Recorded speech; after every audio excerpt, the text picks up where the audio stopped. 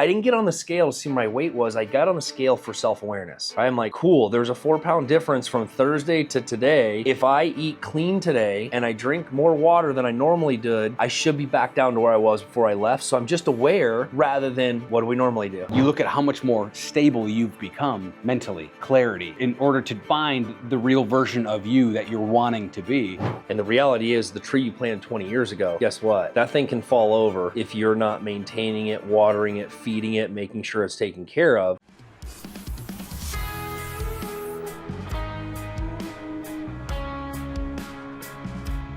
All right, welcome back to The Real Rehab. Look, Garrett and I just wanted to jump in. You know, we call it Real Rehab, but the reality is what does clean living look like?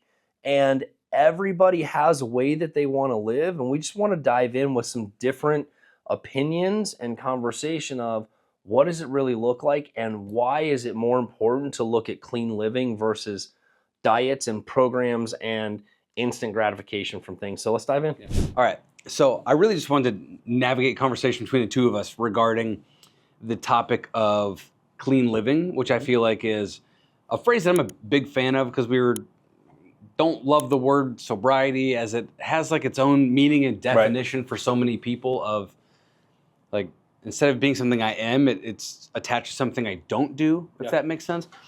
But also thinking about habits. And I know sometimes you talk about whether it's like your kids or friends or people, and it's like, you have your own story, do your own thing, do your own thing. But in the thought of like really trying to navigate and hone in when we say something like clean living, really defining it and what that means. So for me, I guess how I would define it is really summed up by all of the habits for me that equate to clean living. Because then there are things, whether it is casual drinking, habitually drinking, or smoking, like all these things, and that interrupts my clean living. Right. So if there's days, if I'm gonna weekend binge at a party or a gathering or 4th of July weekend kind of thing, it's like, cool, I'm not clean living that weekend. The goal is to do that consistently, to live clean consistently. So I think I just try to navigate that even in a conversation to help people understand there's what clean living looks like and how everyone has to or supposed to be able to find their own rhythm of what that can be.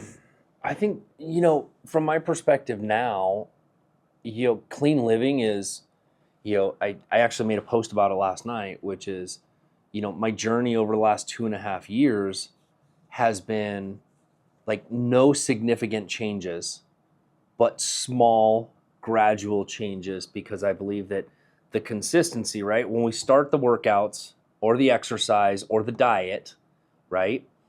You know, when you start a program, all of a sudden you're instantly deprived of all the things that you loved, right? Oh, I can't have pizza on this diet. I can't do this. The stigma. The stigma of restraint, right? Which is, or restraint, not restraint, restriction, right?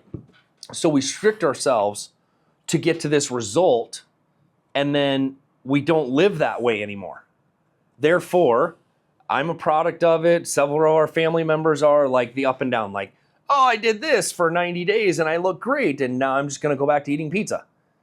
There was never a true change consistently of, oh, I'm seeing a little bit of results and I like this, I'm gonna keep going. And we had the conversation up at the cabin, and Trevor's like, you know, if I can be on 80 to 90% of the time and give myself grace the other 10%, then I get to just live this lifestyle rather than living in restrictiveness, you know, in those areas. So, you know, I think the clean living comes with time, and it comes with consistent, you know, James Clear's book, Atomic Habits, is like one of the things I live by is, you know, small habits, right? That you can then stack something else on top of. So, you know, you've got one clean meal a day and you eat like shit at night, fine. But eventually you're gonna be like, well, if I took this thing out, then maybe I would get the results, right? Yeah. I talked to a guy tonight at my meeting. He's like, yeah, I've been watching you, right, and the journey and the things. And he's like, I've been working out, but probably not as hard for the first year. And I'm like, actually, you know what? The first year you set the habits, which is now your foundation. And I said, you're going to be like, it's going to be crazy insane the results between year 1 and year 2, because your habits are different, you're a little bit stronger, and there are things you don't even realize have happened. Like, I woke up one day and I'm like, oh, I got abs. Like, where did those come from? From the fat ass I saw in the picture that I posted last night. I'm like, where did that come from? I think clean living too is being self-aware. Unpack that. What do you mean? Well, I was in Buffalo this weekend, right? And so, we had a good fish fry on Friday night, right? You get some of those things. I didn't restrict myself this weekend, but I was consciously aware of what I was doing, right? And if you didn't think Friday night, I was like fish fry and they had peanut butter pie, and I'm like, yeah, and I ate the French fries. I didn't consume any alcohol. I had my soda water. I also, I intentionally had, I did my workout and I ate clean and had my protein shakes up until, 3 o'clock and had good meals. And then I knew at night it was going to be whatever they cook in Buffalo, right? But when I came I did home, see that post about small town food. yes, I love small town food, right? It's so good. The holes in the wall, and you're just like, the people. So you think about like, oh, well, I'm on this program, so I'm going to deprive and I'm going to sit here and be miserable throughout this. But if you were just living clean, you get to have those things free of guilt and shame, but you're also aware. So when I came home, right, I didn't get on the scale to see where my weight was. I got on the scale for self-awareness, right? I'm like, cool, there's a 4-pound difference from Thursday to today. If I eat clean today and I drink more water than I normally did, I should be back down to where I was before I left. So I'm just aware rather than what do we normally do? You're like, oh, well, this weekend was great. So today I got Burger King and next thing you know, you're 7 days in and 10 pounds, like instantly. Yeah. Rather than it being the other way around of, well, you know what? I allow myself to have these things and I'm not going to feel guilt or shame about it. And it may have taken me longer to get here, right? I'm pretty proud of where I'm at right now. Do you feel like part of that is a headspace? Like I at least I can identify in my journey there. I always had two mentalities. One was, well, I don't look that bad yet. Yep. Yeah, whatever. I'm not as fat as that guy. Yeah, or like but the other one that paired with that mentality for me was, I know I could get in shape if I wanted to. Mm-hmm. I'm still close enough to the line. And there was a million disconnects and a million things that stood in the way, right? Most of them all internal and just lack of knowledge. But it's crazy how long we are willing to carry a mindset of displeasure with ourselves. And probably what we would just classify as shame, right? Like, I don't want to take my shirt off, or I don't want, like, that mentality. I'll take my shirt off. Yeah, I know you will. Help. It's just us in this dark room. Turn the lights off, Christian. Someone call HR. Tammy. She'll probably answer. 10 o'clock Don't call at her. night. Yeah. But no, but how long we will live with that mentality versus going, if I just lived a little cleaner, how much more confident I would be, how much more joy I would have, confidence I would have, as well as just the actual, we actually joked about it earlier today, but it's like, oh my God, like I would have been so much more mobile when my kids were little. Mm-hmm. Being able to be on the ground, roll around, bend down, sit, you're like, the aches and pains, the joints, like all that stuff goes bad faster when you're not in shape. Yeah. And how difficult it is. So I just know it's going to be a phrase that we probably use often. So I just wanted to create a little short piece of content to really dive into it too. Yeah, the clean living thing is just something where, I kind of look back at my family, right? So I look at where I'm at 46 and go, I'm in the best shape of my life. Like, not in high school was I in this good a shape, like not anything, right? Nor was I as mentally clear in this clean living space, right? And I think that's where some people get the disconnect, is they don't realize, like, when you're going through that selfish journey of being clean living and going through it, what it's doing up here and how much clearer you are, right? When I look at my last year and the clarity that I have from what I'm working on, what I've added, and what it's changed, I mean, I can ask you, in the last year, I've been more clear, more consistent, all the pieces. Yes. All right. So you might feel totally judged by this statement. That's okay. So if that's the case, thanks for having thick skin. You're fired. Deal with it. But I feel like also you have focused on gravitational growth for the first time on a serious note, meaning like you have been a tree that has produced incredible fruit. And I think Sure. as you have looked at people, and this is where actually I think why we work so well together is I produce enough fruit for my 4 and no more. Like in this season of my life, I have my family, my kids. I don't have people. I moved across the country. I switched careers. I don't have this. You trusted me following for a of job, people. a house, and a few other things. Yeah, like you know what I mean. Like I'm not producing a lot, and I don't have a lot of people that are looking at me to produce anything, if that makes sense. Sure. And so your life has been constant production, and so it's constant fruit. But I think for the first time, you're like, oh wait, I need my roots to actually go deeper. Oh, And I think, but for the first time, I feel like this last year have started to tap into that. That this tree is no longer just growing this way, and it's almost too heavy for the root system that was there, which I think a year ago was probably part of the case. yeah. And so now it's like you spent all this time doing the work internally to grow. I forget what the word is, but the other one is like towards photosynthesis. The other one is gravitational, right? So your roots grow down, and it stabilizes. Right. And you look at how much more stable you've become mentally, clarity, like in order to find the real version of you that you're wanting to be, that can actually be stable enough to produce the fruit that you're able to produce on a large scale level. When you put it in that analogy, it's really interesting, right? Because we use it a lot. Like one of the 2 best times to plant a tree, yesterday or 20 years ago and now, right? And the reality is the tree you planted 20 years ago, guess what? That thing can fall over if you're not maintaining it, watering it, feeding it, making sure it's taken care of. That tree is not going to produce like really good fruit until you're truly rooted. And I think about the fruit that's being produced on the same tree now that the roots are being watered, and it's really like about the roots and about the strength of the tree and the foundation of the tree, then everything else can blossom. And I think too many of us, my dad is a great example of it, right? God rest his soul. He's been gone 9 years. And I look, I sat on a panel, or I watched a panel tonight, and I'm like, God, these guys are so successful in this area, and they're all borderline heart attack, right? They're all borderline my dad. Yeah. Right? My dad at 63 years old is diagnosed with terminal cancer. There's no reverse effect. I can tell you that, when I got married, he's about the same age I am now. When I got married, he wasn't really overweight and those types of things. And here's what I think happens. He gave everything of himself to everybody that needed something, and he ignored himself. And the tree eventually fell over, right? Because he wasn't watering it. He wasn't clean living.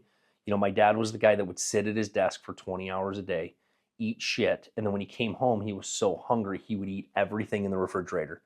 And he'd fill himself up, he'd go to sleep, and then he'd start over again the next day. He wouldn't move, he wouldn't do the things. And I'm like, he gave everybody what he had, and he got what was left over, rather than going, hey, you know what? I'm going to give myself, I'm going to water my tree, I'm going to freaking take care of it, I'm going to prune it, I'm going to do all those things in the morning so that it can produce for the rest of the day. And the clean living thing is a lead by example, and just go, yes, I can be successful and keep my health and my mentality clean and clear. Because I think the clean living also has to do with like your cleanliness in your mind, right? Yeah. With how it's operating. I was probably operating at 25, 30, 40% when I was mixing it with alcohol at night. And it's like, you look at it, it's not like I was drinking all day. I wasn't drunk all day, every day, right? It was just at night, I really was trying to quiet the voices and realizing like, cool, I worked out in the morning and I had that really good salad, and then I poured chocolate sauce all over the salad and gone, well, they're just kind of evening things out. And I know some people are like, I work out so I can eat like shit. And I'm like, that sucks. I don't want to work out so I can eat a Big Mac. Yeah. I used to know a parent that went to school with the kids. He was a cop. And we'd see him at the gym. He's like, oh, I just come here so that I can eat like shit for the rest of the day. I'm like, oh, no, thank you. Right? But I think the clean living just comes with choice. And I think if you can do it from a perspective of this is a journey and it's a lifestyle shift and I don't have to be perfect all the time, Yeah. then go with it, right? And look, the clean living thing is finding, I take it from rehab, right? Which is find your insulin that works for you. You do different workouts than I do, but you enjoy those workouts, right? And Christian does different things than I do. And my wife hates the gym. She'd rather play pickleball, right? So it's finding whatever works for you. And there's not one way to do it, right? It's finding the things that work for you, right? And knowing what the results of those are over time. And I think that the restrictiveness, the day that you're like, okay, I'm going to start 75 hard on Monday. You've already gone through the weekend and gone, I'm going to freaking get hammered. I'm going to have a lot of pizza and I'm going to feel like shit on day one. Dude, I have so many notes in my phone about making sure that I'm never the guy who says I'll start on Monday. There's something about that mentality. It's the tomorrow person. Uh-huh. Right? And I just, I just don't, it's not healthy in my opinion. It's the January 1st people, which it's everybody, right? That most people are like, they're going to go crazy through the holidays and start January 1st. And it's like, are you kidding me? If every October you just said, if I started now and I bypassed the Halloween candy that's everywhere. I'm going to have me some peanut butter cups. I guarantee it. And that's fine. And you can eat, and you can have a great meal on Thanksgiving. Yep. Maybe don't have a whole pie. You know, it's just like, they're just decisions you could make. Still enjoy every one of these holidays.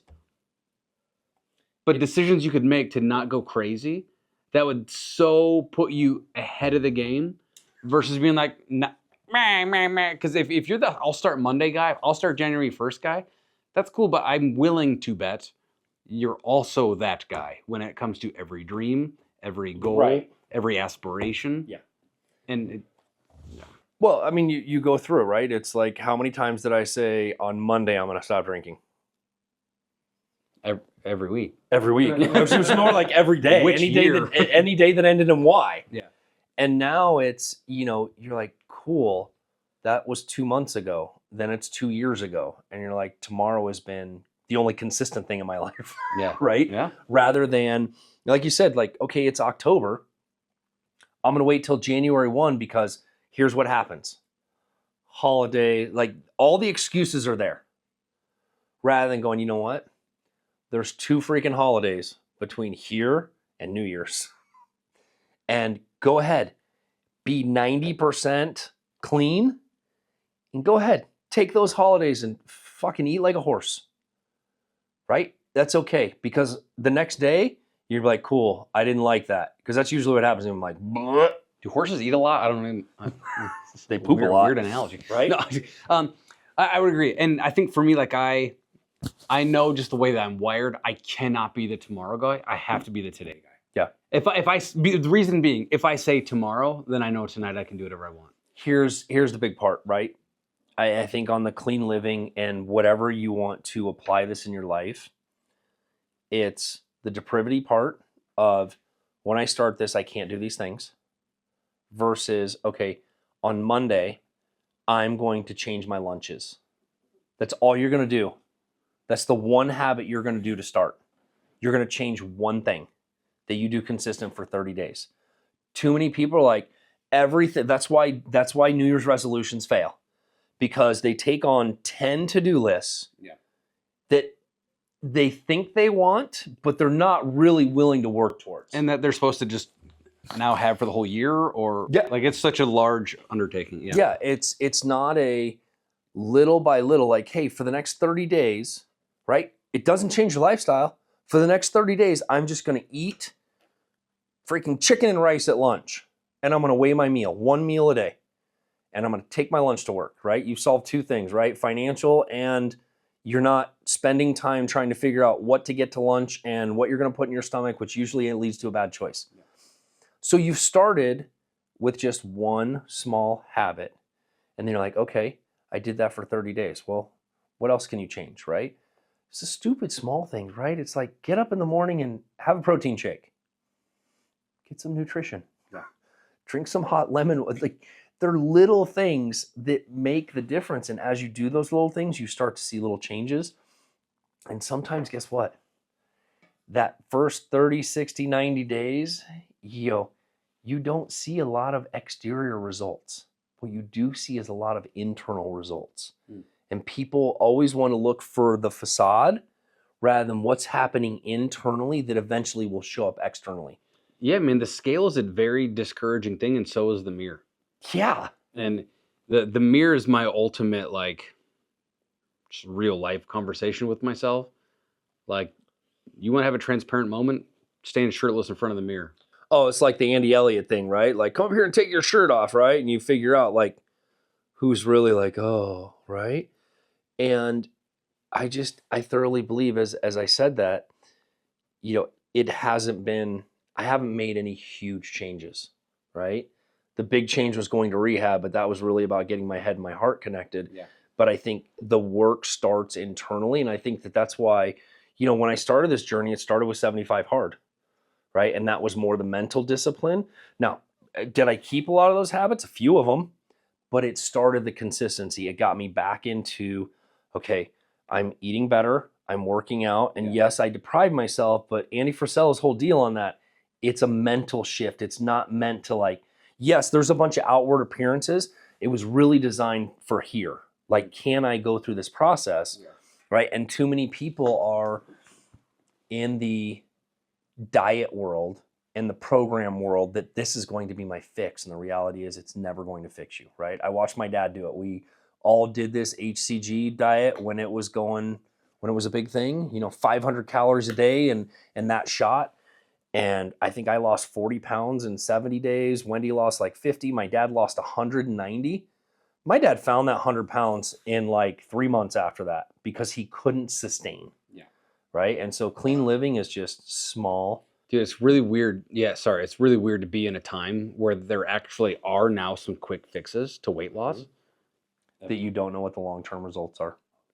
Yeah, but also those, it's kind of silly, but the quick results don't establish any habits, any patterns that lead to sustain to actually help benefit. Like, you're in jail. Yeah, you're in jail the entire time. You're like, oh, this bar is all I get to eat for the next 4 hours.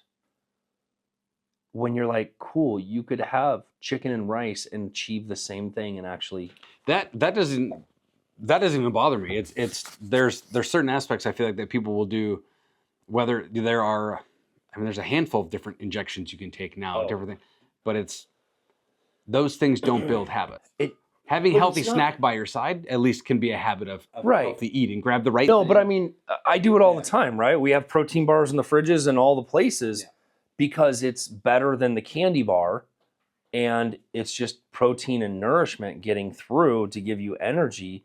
It's not a depravity thing for me. It's not like, oh, that's all I can have. If I wanted to have a full meal, there's a meal in the freaking fridge. Yeah. Right? But I don't need it right now. I just need something to get me through the next thing. We were just at a point that I wanted to make that the stuff you were talking about, the easy fixes, nothing in life that's worth getting to is going to come from instant gratification. Because you didn't do the work. You didn't put the time in. You didn't create the habit. So some of these quick fixes are like, yeah, we'll give you a shot and keep eating McDonald's. That's not the point. Yeah. Right? There's work and there's discipline to it if you want to truly become that person, right? And I think so many people are like, I want to look like that guy or that gal. And it goes all the way across, right? Whether it's body type or form or money or success. And it's what's the quickest way to that result. And every one of those people put in how many years and efforts to get to that point. It was never overnight, right? I look at some of the guys that I follow in the fitness arena and I'm like, yes, I want to look like that. I've got a long ways to go, and I'm going to keep working on it, right? I know that it's not going to happen overnight, but I do know that the consistent results of the last 2 years have gotten me to where I'm at. So I can't imagine what year 3 is going to look like, right? And so now that just keeps me driven on the smallest things that I did and changed. I don't spend hours in the gym. I don't it's 45 minutes, 5 days a week, and 2 hours of racquetball a week, and that's my movement. Yeah. Right. That's what I do to get where I'm at. And then the eating thing is just the protein shakes and freaking ice cream and coffee at night. So that is a go-to. Yeah, I mean, just to wrap up even what you said, I feel like without having to go through or over the obstacle, it's hard to have a takeaway lesson, right? Which typically leads to the growth, the knowledge, the understanding, or the habit building, or any of those things. If you're looking for the shortcut and you take the shortcut, you may get to a result faster. But is it sustainable? Yeah. It's if you win the lottery and your financial management sucks, the money that you just won is not sustainable. Right? Those are facts. Yeah. Same thing with health and all the other things. Sustainability comes with lifestyle change, period. Right? It doesn't come overnight. It is a long freaking journey of process. And here's the most important part. You have to be able to look in the mirror, no matter where your body is, whatever your habits are, and go, I'm proud of the things that we did today. I don't look like He-Man, but that's not my intention, right? We've had this conversation a lot. You're working on mobility and different things that are longevity pieces, and I do different workouts. They're both equally as important. This is the stage that I'm at in my life, and this is the stage. You're not trying to be massive, right? There's certain things you're trying. It's not working. We'll talk about that later. Eat more. But does that make sense? No, right? 100%. And it's like, stop judging yourself on what everybody else is doing. Yeah. And just be proud. Like if you went to the gym, if you ate one meal clean today, be proud of those things and just start to move in that direction. It's a real thing. That comparison will be the thief of joy. Yeah. It's true. You did 30 days of rehab, and without the journey after that's followed for the last year, that what would be a shortcut by removing the obstacle for 30 days, what would that process be like? I mean, like you were there for 30 days, there's no alcohol available. The work began, as much as it began while you were there, the real journey began when you exited that gate. Yeah, and actually the journey on the health side started before, right? What do you mean? Tell me. Well, like while you're there? Well, when Wendy and I went through our marital problems, one of the things that we agreed to do was 75 hard because it forced us to take a walk every night, right? Except for when she went in, to her Costa Rica trip at day 30, she bailed on the rest of it, right? And the thing that sucked about it is like, and here's perspective, not to talk shit about my wife, but perspective was, okay, you got off track for 10 days. She didn't come back and go, okay, let's get back to our walks. Let's do the thing. It just stopped. Yeah. Right. And it's like, okay, and we have this argument not argument, but conversations like, what if you had kept going down the road with me? And now she's like, okay, so what if I went to work? I'm like, nope. I'm like, you missed that opportunity. Like we started that journey and you stopped, and I'm 2 years ahead of you. I'm not stopping what I'm doing to backtrack. Like you have the option to do it and you have all the wherewithal to do it, but you chose to stop. And I think that's where a lot of people are like, something happens in life and it's just a dead stop rather than, okay, there's a bump in the road. Because by the way, you're going to have all kinds of bumps, temptations, and things. The goal is just to keep going and not give up, right? And so many people is like, okay, I was on vacation for 10 days. Just because you go on vacation doesn't mean to go freaking kill it, right? And not come back to it. Yeah. When I leave town, I'm like, where's the gym? How am I going to get my exercise in? It's like, we were in Buffalo this weekend. I know there's a gym around the corner. I've got my tag. I call them. I reactivate it so I can get into the gym every morning. Dude, I think that's a huge piece. Like you said, so many people, they have to, I'm going to work out every day in January, every day. They missed day 3. Well, I failed. And they don't show up for day 4. My only goal is not to miss 2 days in a row. Yeah. That's my grace, right?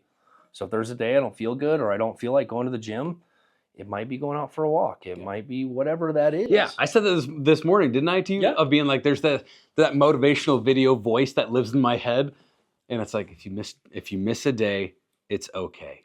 If you miss day 2, it's the start of a new unhealthy habit. And I'm like, oh, okay, get it. It's true though. Yes. And it's it's just been a fascinating journey to see it. And I just look at it from the standpoint of this.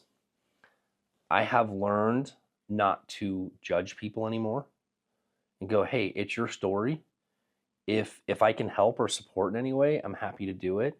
But I can tell you all it is do the consistent work. That's it. Yeah. Other than that, if you don't want to, and by the way, you can do the consistent work negative too, right? You're doing the consistent work every day that you make a choice to do McDonald's, or in my case, right, it's like the consistent choice of, well, do I want to crush a pint of freaking peanut butter chocolate ice cream tonight? Or can I get the same result by putting 50 grams of protein in a little bit of water and throwing some sugar-free ice cream in it with a couple of shots of decaf coffee at night and go, yeah, I got all of it in tonight. There are so many people in their 20s that have no idea what's about to happen when they turn 30. Oh, Do you know what I mean? Like, and it is just one of those things where your body, you're either growing or you're withering. yep. And that is what you can do now to prepare yourself, because everything from metabolism shifts. And I think on the clean living thing too, I think what people don't realize when we go back to internal results, when your mind starts to shift because you're doing those little habits, you tend to make better habits, right? You tend to make better choices when you're clear, when you're like, oh, I'm not doing this. And what people I don't think understand is like when you're in leadership or you're in the public eye, I have a whole new perspective on people that are super healthy and they're maintaining their success, because I think how you show up. And I think about it, man, my dad, like, dude, he was 100 pounds overweight. Like, I think he was like 3.25 at his heaviest. And he'd have to buy like the triple XL button-up shirts because he couldn't get anything in his pants and things. I'm like, how does that look to the consumer or to your staff, right? And there was never just consistency. It consistently got worse. Yeah. But you're like, how do you show up to lead these people when you're in that perspective? Yeah. And I looked at that panel tonight and I'm like, man, y'all are worth a lot of money and like borderline freaking heart attack. Yeah. And we're seeing some changes in some of them, but there's a few of them like, man, that's not going to end well for you. No. And I know, without doubting it all, that my dad would still be here had he made a different choice in his 40s, like to do this, right? And instead he chose to give his life to everybody else. And I'm not really sure for what reason. And so that's one of those pieces where you can say whatever you want for people that are in that disciplined mindset, but man, they're doing it for a reason, right? It's kind of like conversation with Heather this morning, right? Yeah. Her reasons are doing those things, your reasons, right? Tristan's like what, 11, 10, he's 10, right? And he's ripped, but he's also going through all the things. You're like, I'm not going to be able to keep up with this kid if I don't do these things, right? Yeah. And I don't ever want to be the parent that points and says, hey, go do that. I want to be the dad that says, hey, come on, we're doing this. Right. And they see you, right? The boys, they're not perfect on it, but they've seen the change, which is enough for them to see like, okay, this should be a part of life. And I do believe that once you get into it and you find your rhythm in your eating and your stuff, and I'm probably a little different because I can eat the same freaking thing all day. It doesn't make any difference. It's like my protein slop, Wendy laughs at me. I'm like, it's a bowl of freaking white rice and black beans with broccoli shredded in it. And it's a big bowl of slop that I just add protein. I'd say we'd put the recipe down below, but it's my favorite. Literally, I've watched you take rice, black bean, like the leftovers from like a Mexican table, like out to eat, and you'll be like, you're like, I'll take that. You just dump it all in the same container, like perfect. Like, But what that was though was there was a disciplined time in my life where I went really hard and I learned. It didn't stick. What did stick was the knowledge, right? So I did that 90 days, which you weren't around at that time. I did 90 days and it was a bet. Here was the thing. It was a bet, mastermind to mastermind. So we left in October, came back in January. My bet was that I would quit drinking and like all the way back to 2018, I would quit drinking. I'd come back in the best shape of my life. I didn't do it for myself. Just like a diet, I did it for outward appearance and accolades. Like, oh my God, like you did that thing. And I got shredded with Dave that 90 days.